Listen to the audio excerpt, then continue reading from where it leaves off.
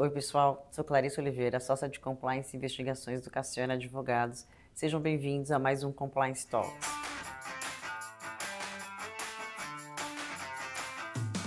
No último episódio, nós falamos sobre o programa de integridade, como ele deve ser bem documentado e como tirar do papel também, através de treinamentos e outras iniciativas para que esse compliance funcione na prática. Hoje eu estou com a Bianca Capalbo, nossa associada, e ela vai falar para a gente um pouco sobre Proética. O Proética é uma iniciativa da CGU de fomento à integridade privada. Então, uma forma que a CGU reconhece quais são as empresas que têm boas práticas de ética e governança. E é aí que a gente vê os nossos clientes fazendo valer todo aquele investimento na criação e na implementação de um programa de integridade robusto. E aí, como que funciona para a empresa conseguir esse reconhecimento da CGU? Bom, as inscrições já estão correndo. Elas começaram agora em maio, com o lançamento do Proética de 2025 e 2026, e vão até o final de junho. Então, as empresas têm esse período para se inscrever e manifestar esse interesse de obter esse reconhecimento do Proética. Depois passa por toda uma análise de admissibilidade e depois uma avaliação de todos os documentos. E aqui é importante retomar aquilo que a gente comentou no nosso último episódio do Compliance Talks, a importância de ter tudo muito bem documentado. Porque, diferente do Pacto Brasil, que é uma outra iniciativa de incentivo à integridade, o programa Proética, ele é baseado em evidências. Ele não é uma mera autoavaliação da empresa, do que ela acha do seu programa de integridade. Ele é baseado em evidências e em documentos comprobatórios que vão ser analisados por um time da CGU. Bianca, você fez uma diferenciação muito importante, que vários clientes estão perguntando para a gente. Qual a diferença entre Pacto Brasil e Proética? Ter um e não ter o outro é possível? Um é requisito do outro, né? Você disse que o Pacto Brasil seria meio que uma autoavaliação, enquanto que o Proética é mais uma certificação. Como que você pode explicar isso para a gente? Primeiro que o Pacto Brasil é um selo mais simples de se obter, é como se ele fosse um primeiro passo para as empresas que estão buscando um reconhecimento no mercado como uma empresa que tem um programa de integridade robusto, que está alinhada com as boas práticas. E ele é um programa, um selo que você consegue obter com uma autoavaliação. Ainda assim, a gente vê que as empresas, algumas, precisam de uma certa ajuda no preenchimento dessa autoavaliação. A gente auxilia também muitos clientes nessa parte, porque é um formulário extenso, mas ele é uma autoavaliação e ele não tem um período delimitado.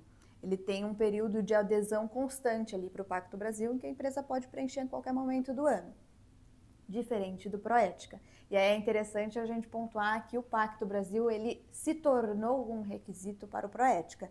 Então, as empresas que têm interesse em conseguir esse reconhecimento do programa do Proética, elas precisam primeiro conseguir o selo do Pacto Brasil, e aí depois elas fazem a inscrição do Proética. Nossa, então quem tem interesse em obter esse selo e se diferenciar no mercado, como é que dá tempo de fazer isso nesse prazo que você está falando? Se eu não estou nem inscrito no Pacto Brasil? A gente tem falado para os nossos clientes que o mais difícil já foi feito, que é a criação e a implementação de um programa de integridade. Isso já está feito.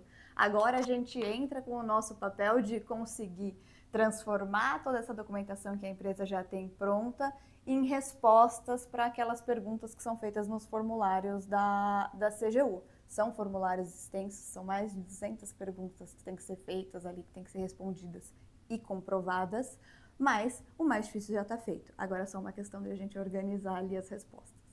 Bianca, eu fiquei bem surpresa quando eu tive acesso à lista de empresas que obteve o Proética na última edição.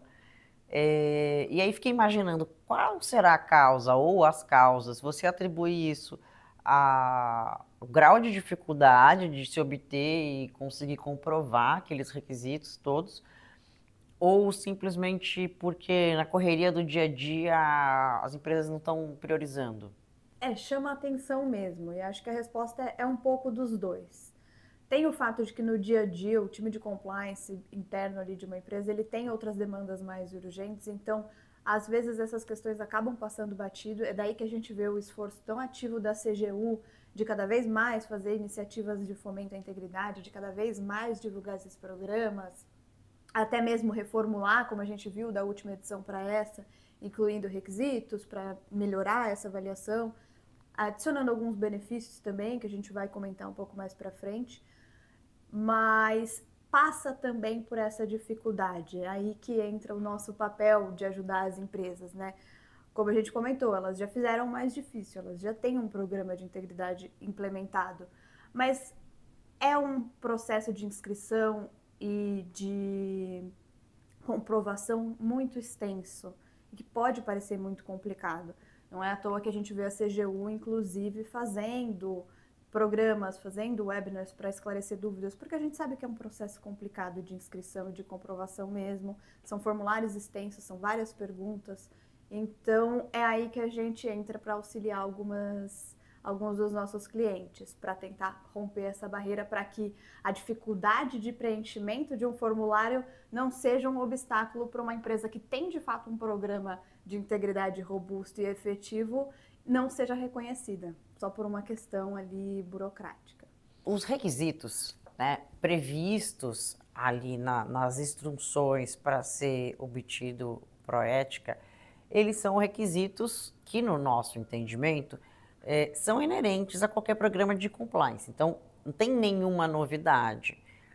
Basicamente, as empresas precisam ter em curso, né, procedimentos para análise de risco, canal de denúncia, treinamentos, monitoramentos, onde que engasga na hora de preencher ou o que eles não conseguem comprovar e se tem como ajudar a comprovar como que funciona isso na prática. O que a gente observa na prática, tanto auxiliando os nossos clientes na inscrição dessa edição quanto das edições anteriores, é que os pontos em que os clientes enfrentam maior dificuldade normalmente ali na comprovação, no preenchimento do formulário, é no endereçamento dos relatos recebidos através do canal de denúncias e no monitoramento de controles e procedimentos internos. Esses são os pontos campeões, assim, que são quase um obstáculo para as empresas conseguirem comprovar. Esse foi mais um Compliance Talks. Espero que tenham gostado e a gente se vê no próximo episódio.